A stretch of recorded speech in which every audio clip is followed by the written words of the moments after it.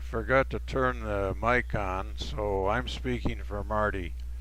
He's introducing Richard Wetnight, our heat treating expert for the meeting today. You know, we're all opinionated. We can do that. Please consider hosting a meeting. With that, Bob, do we want to go straight to I want to say, you can see how busy they are. Yes. This may come to an end meeting here Okay. because They got very busy. they're very busy. Okay. You know, and we can completely understand that. I guess, you know, push come to shove, we could always be outside. Yeah. You know, because the weather's cooling down. You know, So I thought coming into our swap meet is always so big. I'm going to ask you to cross the street for me if they're locked. oh, okay, that'd be good. That's great. Twice as big. That's usually in That's what, February. And in my toolmaker apprentice, I worked for General Electric, and in the tool room we heat treated various types of materials and stuff for the jobs that we had on the floor. And usually what that means is that you would select your tool steels for the things that you were, for the tools and things that you were making for production. And with saying that, most of the stuff usually reduced to maybe 2 or 3 different kinds of tool steels because that's where the applications were. And we bought all of our tool steel from Carpenter Steel, and they have a maze here that shows, you know, how you can select your tool steels based on hardness, toughness, so on and so forth. But basically we reduced it down to the general purpose one, which was Stenner, and Vega, which is would hold its tolerances after heat treat, but there were different things that you had to do. Basically the temperatures and things for most of the tool steels doesn't vary that much. It's just a matter of selecting the right tool steel and putting it in the furnace, putting on the right temperature, and drawing it to the proper temperature for your application. I've always been interested in guns, so after the Navy and I started making flintlock rifles and restoring flintlock rifles or flintlocks or antiques after I retired. And basically I brought some of the you can purchase these locks and things like this from muzzleloading shops and things like that. Here are some of the things that you normally have to harden in making locks or restoring things: the frizzen, the springs, the frizzen spring, and also there's a tumbler in here and a sear, and most of those things get a different temper because of application. The frizzens need to be real hard, but they need to stand up to shock.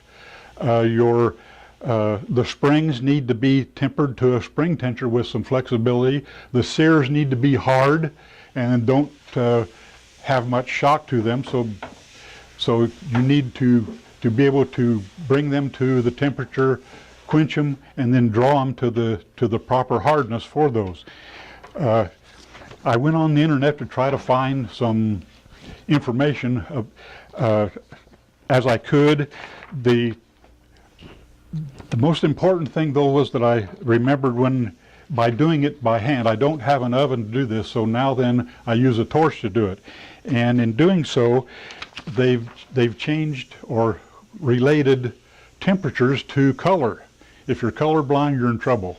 So, but basically, there's a chart that you can get off the internet to show what temperatures and what colors, and actually even it gets into the drawing temperatures based on the same color. So there's something that you can see there. I found there's a number of sites on the internet, and this happens to be from the Woodworker's Guide to Tool, Steel, and Heat Treating, and it goes through what that I use for restoration is W1, which is water hard, and O1, which is oil hard, and you can buy those materials readily, and they cover just about anything you want to do unless you really want to specialize in something. So what I thought I would do today, I brought a couple of different kinds of steels that I use, and I'm going to try to heat them up and quench them and draw them into and show you the different colors that I look for different applications. And then I'll probably, he's got a Rockwell hardness tester, and we can actually go see how well I can do it. So, 1800 for the W1, which is water hard. They recommend you do it in a salt brine, but you can do it in water. What happens with W1 and water and salt brine, that it quenches things so fast that it has a tendency to become real brittle. And that's why you shouldn't quench oil hard in water, because it'll create surface cracks on even cracks. So you have to kind of be careful of what you're doing. And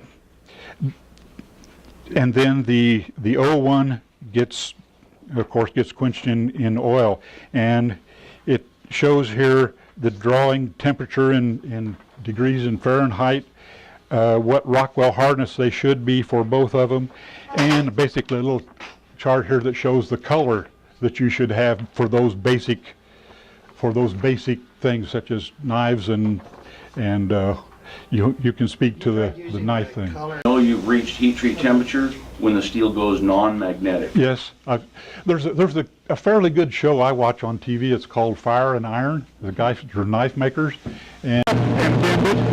But when you do that, it makes it hard, and it's hard to work after that.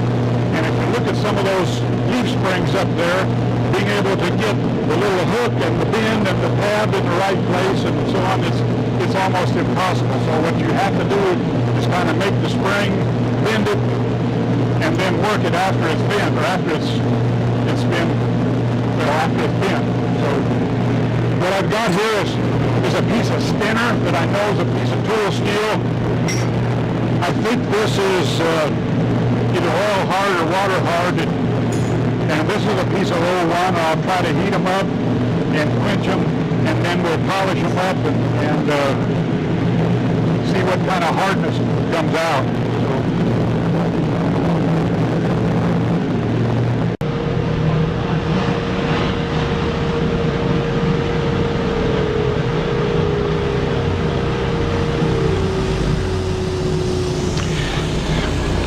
I'll try to harden this piece of stinner, keep from, let me try this one. This one will go a lot faster. I should have brought my color chart with me.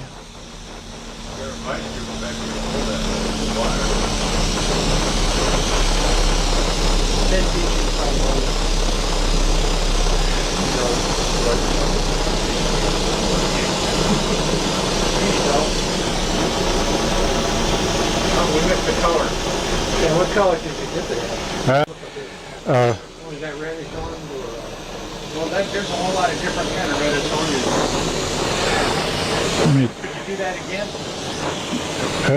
Bring it up the color and kind of before you dip it. Pardon? Yeah. See the color. Oh, you didn't see it? No.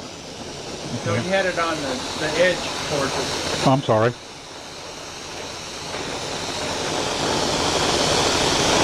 The other thing is that the tool steel book says that you're supposed to put your material in your oven and heat it till it matches the thermocouple, and then leave it in there for 15 minutes per cubic inch. And let it soak. Yeah, let it soak. Because when you're really looking at it, it isn't the same color all the way through. Now I think that's just about all the way through. I don't know what it looks like on the other side. Yeah, that's about right. Move your water over so I can see it. Move your water to the left. Oil. Move the oil to the left. It didn't do anything. No. It's not big enough. So you'll have to talk a little louder. I can't hear much in here. I'll try this piece of tool steel here. Move the oil to the left a little Okay. bit so I can get it in the camera. Okay. Yep. Sure. Set it over there on the brick, and I'll use my pliers. How's that? Is that good? get in front of everybody, I gotta. This is all right. It just reminded me of stuff. When I was in high school, I was doing one of those demonstrations where they shine the light behind the image and there's a sheet out in front of you, and I was operating on some guy and I was operating on doing on his heart, but it looked like I pulled his dick out and cut it off. Oh, the things you can. Oh my God. Yeah. I wonder why everybody was laughing. Did you ever have the oil as nice? Sure. Oh yeah. When, especially in big pieces. A big piece of steel, and you gotta be patient. Now let's cool them down. Well, Stand back when you dump it in there. usually in your commercial applications, you got a great big tub and you just take it and throw it in there, and there's a basket in there that you can, you know, pick it up or lift it up and actually move the basket up and down to quench the material a little bit faster. This other thing, you want to kind of move it around because the surfaces will cause some gas and bubbles, and it won't quench as fast as it should. And I guess that's the difference between what Austinistic and Martinistic, those kind of things, is the fast reduction from heat to cool changes the molecular structure and Your grain size. yeah. I know about grain. What kind of steel is that? This is Stinner. This is the general purpose tool steel from Carpenter Steel. Yeah, we're getting just about there, I think. Everybody see the color? That's, you know, I don't know whether that's the right color compared to the charts, but that's just about what I usually heat them up to. One thing I noticed about the TV show, the knife makers. When I see those knife makers, they heat things up, and I've never seen them draw anything. Not even red. Yeah. It's already dropped below forging temperature. Yeah. And then they wonder why they got cracks in it. And it shouldn't take any kind of, this is the files are probably what, 63 hardness, and so the file shouldn't take up, shouldn't be able to file that, and you can hear it, it's just running right off of it. I don't know, I want to pick that thing. Ruins files too. So if you got any good files, don't should just test with a good file.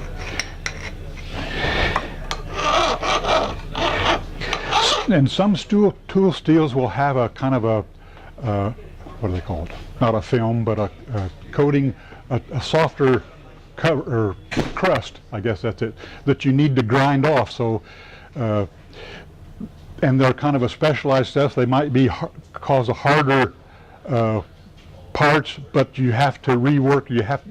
This stuff here, you can machine it to size and heat treat it, and it'll stay there. It's pretty stable. Some of the other tool steels will shrink or expand on you, and when you're talking dies, you're talking tenths. So like I say, you just need to understand what you're making, and you buy your tool steels based on what you're working on. So you need to be able to see the color of the steel. And that's something else I forgot to bring, was some alcohol.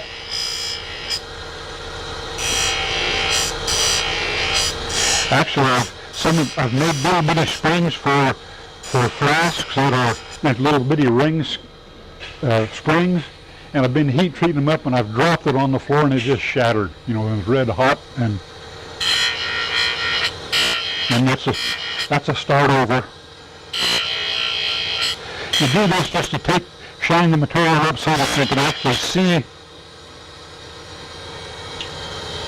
You can actually see what it looks like when you try to draw it, and give you a false color.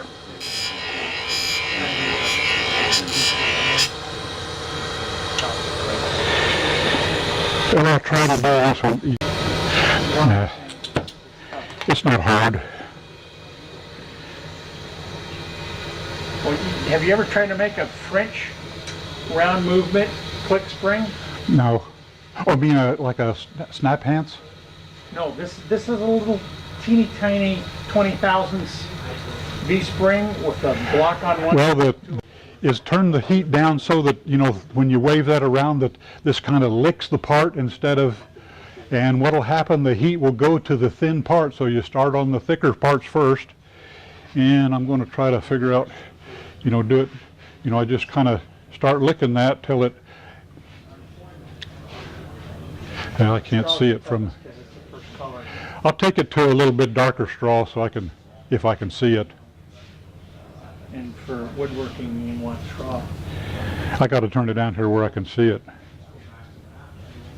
And, you know, if you're in a hurry, you know, it takes what you get. You can, I don't know if you can see it, it's starting to turn. You see it's A getting, little bit of straw there. yeah. Or no, it's actually going to purple. Yeah, it's purple back there at the back. That's more than, that's, anyway.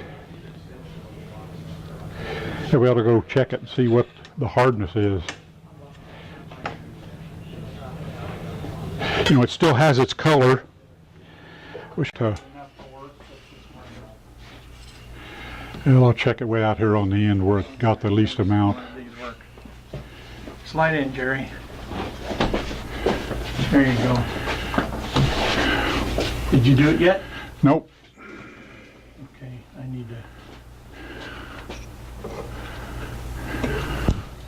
Oh, I didn't know they worked like that. Is it a weight on it then? There's weights, and there's a scale tells you. Okay. See, that turned out to be like a 58, Okay. and that's, you know, it's plenty hard for, well. A lot of stuff. So 58? Yeah. Now that just measured the depth of the... let's look at the, is that color chart in? So it's not, it's a bad test.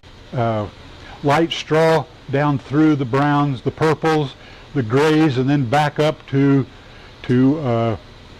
purple, red, and yellow as they go from no temperature to the, you know, to the high temperature again.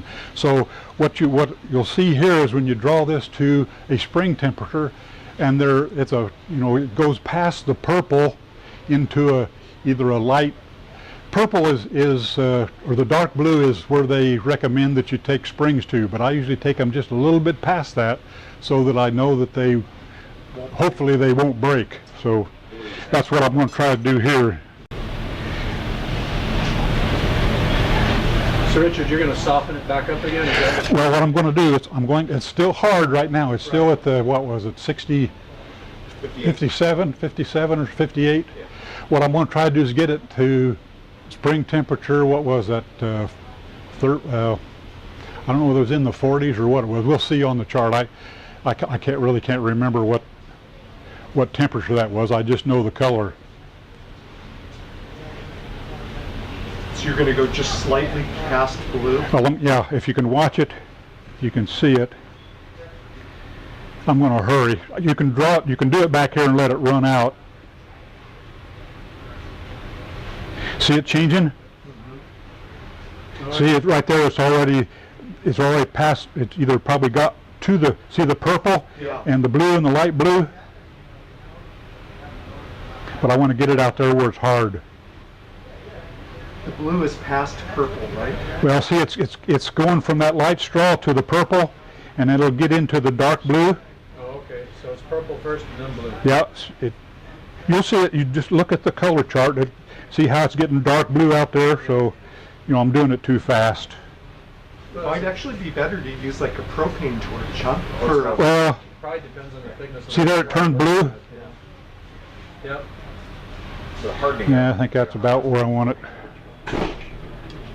Or a wider bend or yield strength, I guess that's the technical term. You know, I did really get it real good and clean too. You got to get all the oil off of it, or you get a false reading that. So you're pre-tensioning that, or does it actually mirror with a hole drilled into it? What, this? Yeah, when you're turning that, when you turn this up, you turn the needle around to the 0, mm-hmm, or to the red dot, and then you 0 the needle, then you run the arm, and as soon as it revolves or penetrates as deep as it's going to, then you turn it back.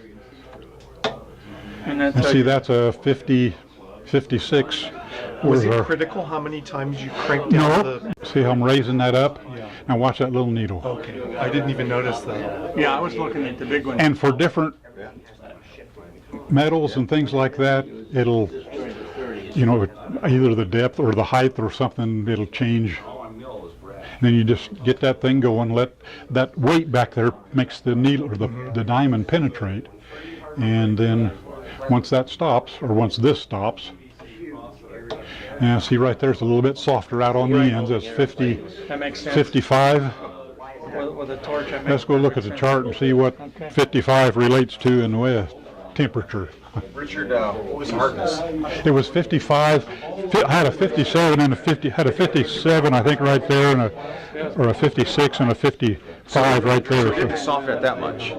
No, so I might not have been on the right side of the blue. Okay. Thank you for, Rich, thank you for the demo. We really appreciate your time. That's great. I'm a knife maker. I specialize in simple steels and 01 steel. I like 01 steel because it has a toughness factor to it that that D2 doesn't have. D2 has much greater abrasion resistance. But here's an example of why I like 01. When I started my business, I started finding people that were really into hunting because skinners are my primary blade style. I found a guy that's a county sheriff up in Montrose, Colorado, has a 50,000 acre forest lease. He takes 14 or 15 deer every year, half a dozen elk, a bear, a moose, a mountain lion, 8 or 9 antelope. This guy hunts more than the next 20 guys that I know. And so I sent him one. I wanted to find out. A buck knife, right? The classic hard American-made buck knife. You know, that's the one. Well, in the 80s, it was a decent knife. Now they don't even use 440 stainless. They're using 420 stainless from China. It is junk steel. I've talked to a lot of guys that hunt. They tell me that today's buck knife you'll get through a hind quarter. If you start with a shaving shaft, you'll get through a hind quarter on it, and you got to tune up the edge again. Last year I heard back from Ray. Ray told me that my knife went through 3 elks before he had to sharpen it. And he says the elk hair is, I'm not a hunter, so, but the elk hair is very tough and hard on the edges. Now this is where a D2 steel that has the abrasion resistance might be better than an 01. But if you can harden 01 steel to more than you can harden D2 steel and still have it not be prone to breakage. That's why I go with 01. Chris is gonna, A knife forum, or a gun forum, where they wanted to test all the lubricity properties and the rust prevention properties of all the major gun lube and anti-corrosion products. Everything from 3-in-1 and WD-40 all the way up through, you know, the super treatments, you know, the M7 Pro and the TW25 grease and all this kind of stuff, right? There's one product that outshines everything else. WD-40, the guy took all these little squares of metal, little cutoffs, glued them to a board. One is your base sample with no treatment, all the way through, like, did 45 other pieces of metal. Took them out, he was in a humid environment down south, sprayed them all with salt water 4 or 5 times a day. I mean, you know, that's pretty tough on it, right? Most of the products failed within 4 hours. They started showing spotting of rust with the treatment of salt water. There was one product, there were 3 products that did over 240 hours with no sign of corrosion on them. 2 of those products are not products that I use on a knife. Number 1, they're very, you know, you spray it on foam, melts into a big hole like that. They're petroleum products, they're hazard products. Frog Lube is the product that I use. It is non-toxic, it is recommended for use on food slicers. It is in the top 3. They're about all equal. They stopped the test at 240 hours with no signs of rust at all. So I treat all my blades with Frog Lube. What's the other 2? One of them was Hornady. It was one of the Hornady products. I forget what the other one was, but they're toxic. But you mentioned WD-40, where was it? At the bottom.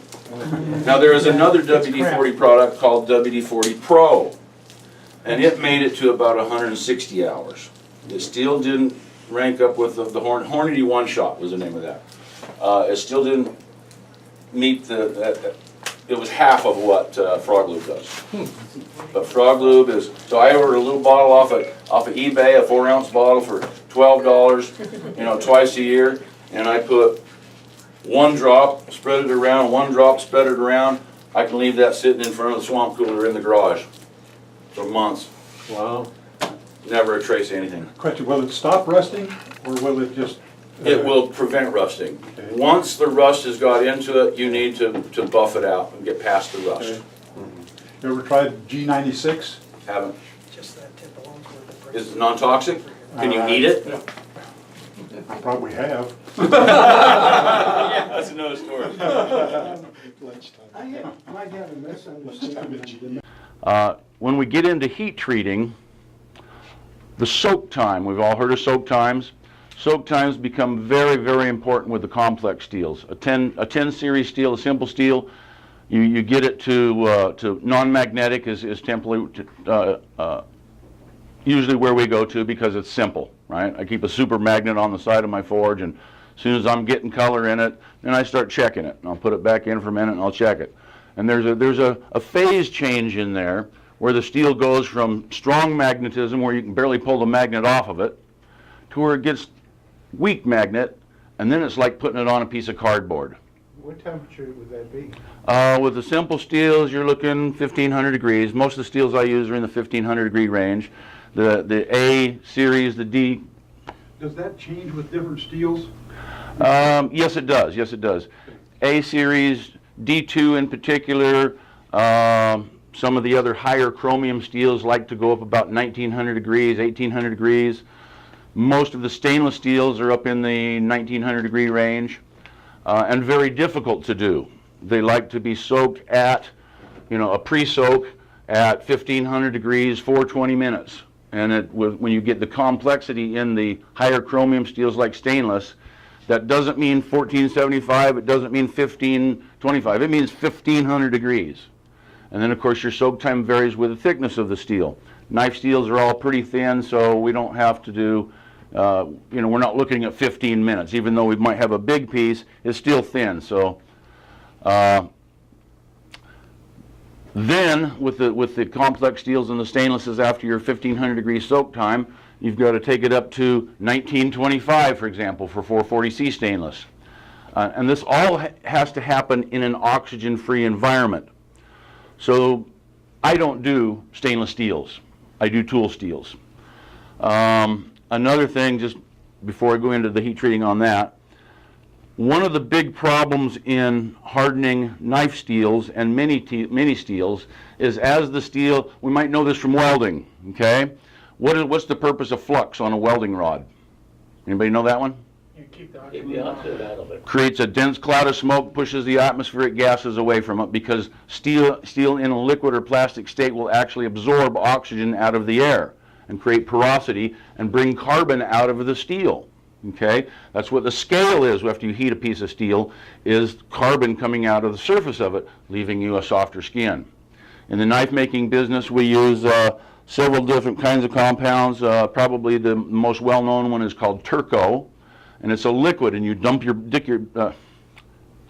your blade in it, let it dry for about an hour, give it a second dip, let it dry for about an hour, and when you put it into the forge, it creates like a glassy layer over the steel and keeps the atmospheric gases away.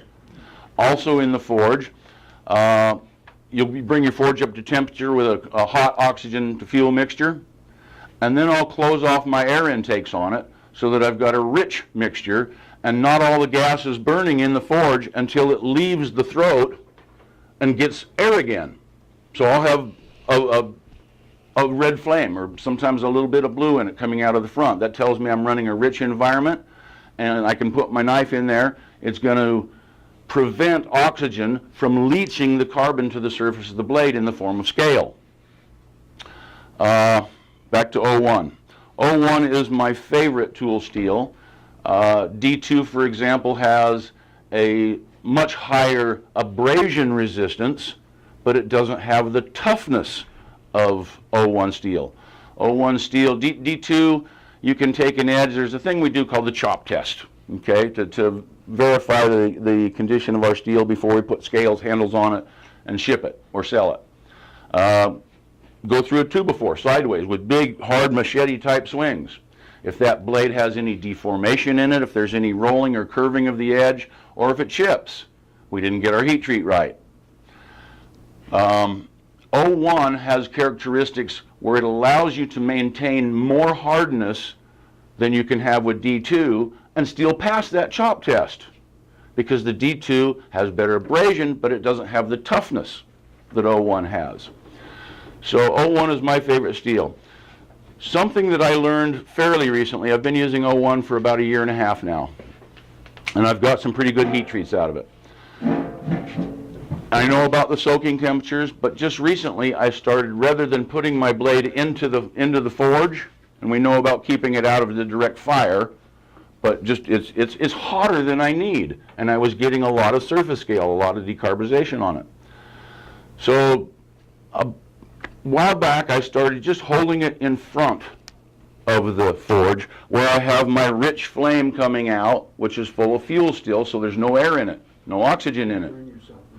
And so I'll bring it up to temperature, to my soak temperature, very slowly. I'm bringing it up to about 1525. And I've got my magnet here, and I'll just pull it out for a second and check it. You know, 'cause in my shop, the light varies so much. Sometimes I've got light shining in, my door faces south, my bay door faces south. So especially in the winter time, the sun's low, man, it's bright in there like you're looking at headlights. Color doesn't do me any good in my application, so I always use the magnet check. Most all of these steels will go absolutely non-magnetic at the Martinensic temperature, just like a piece of cardboard. There's just nothing there. That's when I know, okay, it's ready. So in this recent improvement that I've done, that I feel like I've really nailed the heat treat, I have started bringing it up to temperature very slowly, not putting it in where I've got 3,500 degrees forge temperature. I just hold it in front there. Might take 10 minutes or so, and then I'll check it. And okay, well, it's just barely magnetic with a super magnet. It's just, I can feel it, but it's just not what it was. Another 2 minutes there, nothing, quench. And I did that recently on a blade, and I did one of the ABS tests on American Bladesmith Society. Okay, now I know I've reached my 64, 65 Rockwell. I want to draw that back to anywhere from 57 to 60 for a knife use. I drew this blade back to 57, piece about this long. It wasn't even a full blade. I didn't put a handle on it, or not enough steel for that. So rather than have like a 6-inch bend radius on a Bowie knife style knife, I put it in the vise, put a pipe wrench on it. I had a 4-inch bend radius. I got 90 degrees out of it. Didn't break. No fracturing, no edge deformity, still shaving sharp. So soak temperatures are probably the thing that I want to impart the most, is that it's really critical. So soak is the time it's at that. At that temperature, right. Now O1 doesn't, well, O1, they want you to bring it up to 1200 degrees and soak it for, 30 minutes per square inch of thickness. That's 2 or 3 minutes at an 1/8 inch thick. By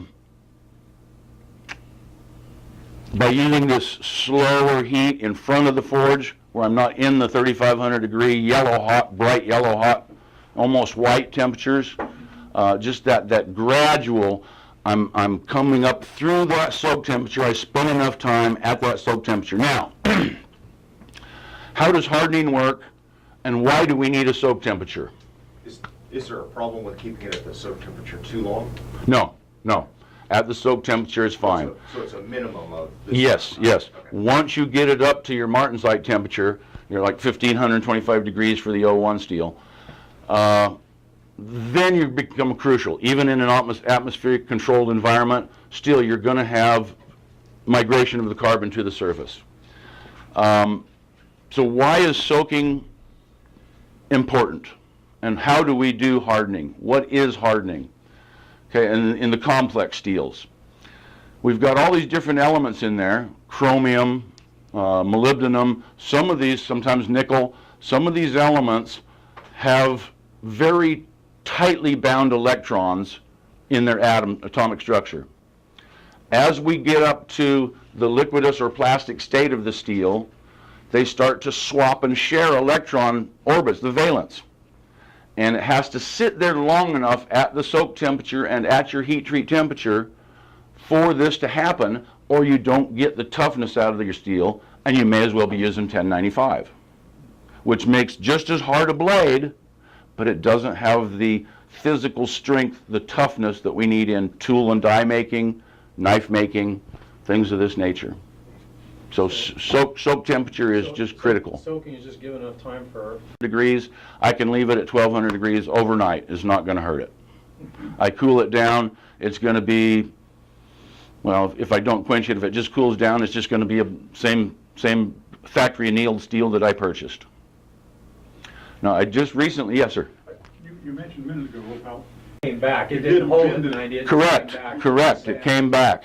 I was going to bring that blade today to show you, but In other words, you put the tip in the vise and you grab it from the other end and you bend it 90 degrees. You actually, put a 90-degree bend. I put where the ricasso is what it's called, is the area between the blade and the handle. I put that in the vise between two blocks of wood so that I'm not going to break it just because of the sharp corners on the vise. I got you. And put a pipe wrench, which is probably not the best thing to do, on the tip with a piece of block of wood on each side of it, and just started pulling it down, standing behind it, of course, just in case it shatters, because I've got something that's going to have, you know, sharp corners on it come flying in all directions. Yeah. But so soak time on anything except a simple steel is the key to the answer.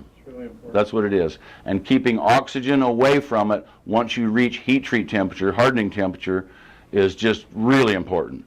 Now, I used to use that. I mentioned the Turco product I use. There's another product that I've used that's a powder that I'm forgetting the name of it, but it's the same people that make Cherry Red. Being in the machine industry, I'm sure you guys are familiar with Cherry Red. This particular product is a powder. You heat your steel up to about 500 degrees, and I put it on with a flour sifter, turn it over, and it melts and forms that glass layer. And it's water soluble. If I do get scaling in it, you can't see it, I throw it in the sink after it's been tempered and cooled off, and 20 minutes later, it's a clean blade. It's bright steel because this water soluble protective barrier has just fallen off, sloughed off. It'll stay on the blade all the way to the... Right, as long as you don't overcook it. Yeah, if I put it on the blade too hot to where it actually starts to boil, instead of just slow liquefaction, then I'm going to have bubbles in there where it's not touching the steel. And I mean, it's probably all right. I'm still saving my carbon, preventing decarbonization on the surface and coming up with a soft skin that I've then got to grind through to get back to hard steel. Yes, sir? How about packing? Damascus. What you're talking about right now. Damascus, the components that are used to typically make Damascus steel. In the old days, Damascus came from, everybody thinks, well, that's Damascus in Syria, that's where it came from. That's not actually correct. The steel that was used was called Wootz, which was a proprietary steel that came from India, but the bladesmiths in Damascus had superior talent in grinding and shaping blades and forging them. So they would get the Wootz steel from India, ship it to Syria, and be made in Damascus, hence the term Damascus. It was a fabled steel that would cut through everybody else's blades, but we were just coming out of the Bronze Age. They'd come up with steel. Well, of course, steel is going to cut bronze. You know, you might dent it, but if it's properly heat treated, it's going to be a lot tougher product. Copper too. Copper, yeah, copper, bronze, brass. I don't even know if they had brass then. Today's Damascus steel far exceeds the Damascus steel that was made from the original Wootz. Because we know metallurgy now, we know the chemical components and what's involved. We have certified values of these components in the steel, 1095. We know it's iron and 9.95% carbon. So I'm as soon as I get my auto hammer built, going to try a Damascus recipe using 5160 steel, which is old school automotive leaf springs. Makes excellent blades. I'm going to mix that with 01, some 1084 steel, which has a little bit more iron in it and is going to give me the ability to maintain flex without hardening too much so I start to break it. I'm going to have to experiment with the heat treating on this. This is a brand new steel. I haven't heard of anybody making Damascus from this steel. They're all excellent steels. They share similar properties. I know that the nickel steels will work in, okay, which brings us to another point. When you make a Damascus blade, I can tell you by looking at this that this particular steel, because I don't make Damascus yet, I'm working on it. Got to get my power hammer first. I can tell you that the Damascus, the carbon steel in this is 1095. When I take a piece of Damascus billet that I've purchased from somebody and I grind it, it comes out looking like this. This is 01 steel. You don't see any pattern in it until you dip it in acid, ferric chloride, circuit board etching compound. And the acid eats away at the carbon steel, blackening it and exposing the pattern in the Damascus. And that's how that works. Questions? Yeah. Because I'll tell you what, most of this summer I was working early morning and late evening, and it was just, boy, to light up a 3,500 degree heat source in there in the summertime was brutal. So I went and bought. I was looking on Craigslist and all the normal places for a used swamp cooler. Well, I found up here at Apache Trail and the top of the 202 loop, just west of there, is a fireplace and swamp cooler store. And I got a pretty large unit like this. Already has wheels on it, and it has the Master Cool type pads, not quite as thick. And it was a lifesaver. It was a lifesaver. Yeah, that's roll great. it around the shop. Great If it's application. 110 in the garage, I'm over at this bench grinding, and I'll have 3 or 4 blanks or pieces of metal I'm grinding on, and I'll have it pointed at me. You know, one thing I've learned is that once I light the forge, I kind of have to kill that because it makes too much breeze. And I'll get what I've got for my forge burner is a 180,000 BTU burner in a 14-inch piece of half-inch pipe that's water pipe that I bought from Davis Salvage, about 14 inches long, lined with 2 inches of K.O. wool. Anybody know what K.O. wool is? Yep. Miracle stuff. My first forge that I built, I made out of fire brick and lined it with refractory cement with perlite mixed into it. Well, then it wouldn't stick, so I had to go buy lime. Add more lime to the mix to get its stickiness back. But still, I'd run that forge at 15 psi for 35 minutes to bring it up to heat treat temperature. That's not even welding temperature, that's heat treat temperature. The new forge, it's at heat treat temperature in 2 minutes. Wow. At 3 psi instead of 15. Again, but it won't be the same. Yeah, that's fine, that's fine. Nor would mine, as like I say, a year from now I'm going to be making my own Damascus recipe, Well, and I'll have a whole bunch of new stuff that I've learned. Chris, I hate to put you on the spot, but would you consider hosting a little meeting at your place? I Do you could have probably this- do that. Yeah. Yeah, we're just going to be in a 2-car garage bay. That's fine. But yeah. You know, it'd be really good for those of us that live in the East Valley to not have to drive all the way over Yeah, here. thank you very much. So, anyway, did somebody bring some stuff? Go ahead. And instead of 2 hours, it's 3. It's been a good run. A lot of you probably have these little containers for machining oil that are spill proof. They've got a tube on the Spillmaster. yeah. Okay, and they're pretty spendy. $5? $5, $6, $7. I don't know. It's more than I wanted to spend because I've got lots of machines in 2 different states. Sure. So I went online, and it turns out that first grade teachers like to have these things for paint. And if you don't put it any higher than this, you can lay it down and it won't spill. I added a washer to the bottom. Give it some weight. And Yeah. now this is from a company called Lakeshore, and they supply things for school teachers. and I forget what it's called, a paint pot. And this is pretty nice. It's got a screw top and a nice clippy lid. Why didn't you bring 2 dozen? Well, yeah, they're You could've about made some $1.50 money. a piece, I could have. And then what makes it even more fun is I want, acid brush. And I went to Home Depot and they sell 3 packs of these. The shorties? Shorty? Trimming? Well, the nice thing is, You can snap it right. Hey, good job. and one thing not to buy, because there's several different vendors. I actually saw this at a garage sale a week after I bought these, but this one has a snap-on lid, and as has been pointed out, it has a living hinge, which with machine oils and all that kind of stuff might be a dying hinge pretty quick. So this is what not to get. Get the Lakeshore. And they sell them in a 10-pack for 12 or 15 bucks. John, something is- like Where, that. where do you buy them? I was gonna say, hang on. Lakeshore. Can you take a picture of it and put it on our webpage with a link? I mean, You can put, you can It's on the upload, you can website? upload. Yeah, it's a on our real web- big Either font. send it to oh, Bevo, Lakeshore. a Okay. picture, send it to Bevo and he'll put it on there, or if you can just put it on the Yahoo group and here's a link to that. Okay, and I'll For- include a for- link, For the yeah. guys that aren't here, that's pretty cool. It's a great idea, thanks for sharing that. Thank you. Why don't you bring a bunch of them and sell them for $5 a piece? No, I'll sell them for what I paid for crying out He loud. missed his opportunity. Oh, Anybody else got something? That's very clear. I run a water jet cutting business. Oh, What kind of business? water jet. Water jet cutting. Okay. You could be Where'd you get the somebody's hero. plastic? Custom. Okay. I just bought some, which is the reason I brought it up. I bought some plastic from Professional Plastics. They're on 48th, Broadway and 38th Street, just behind Copper State Bolts. And they'll sell to you if you walk into the, In Mesa? no, in Phoenix? Phoenix, yeah. Oh, okay. Just off of 48th Street.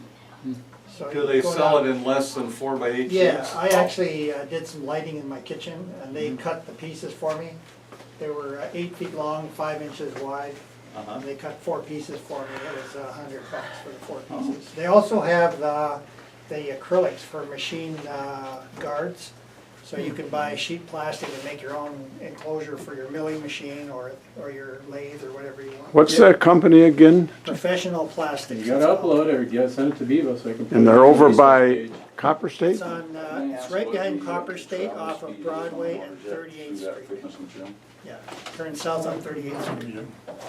How long do you go across the There's also, I noticed a company there called Laird Plastics. I didn't stop there, but they have a sign off of 38th Street. Yeah. Good. So what for, mill? They sell the plastics with the coating on it that won't deteriorate. But it's a little bit harder, you Yeah, can drill you it, can send them. it's used for machine Post guarding. it, so, and this one's pretty handy right here.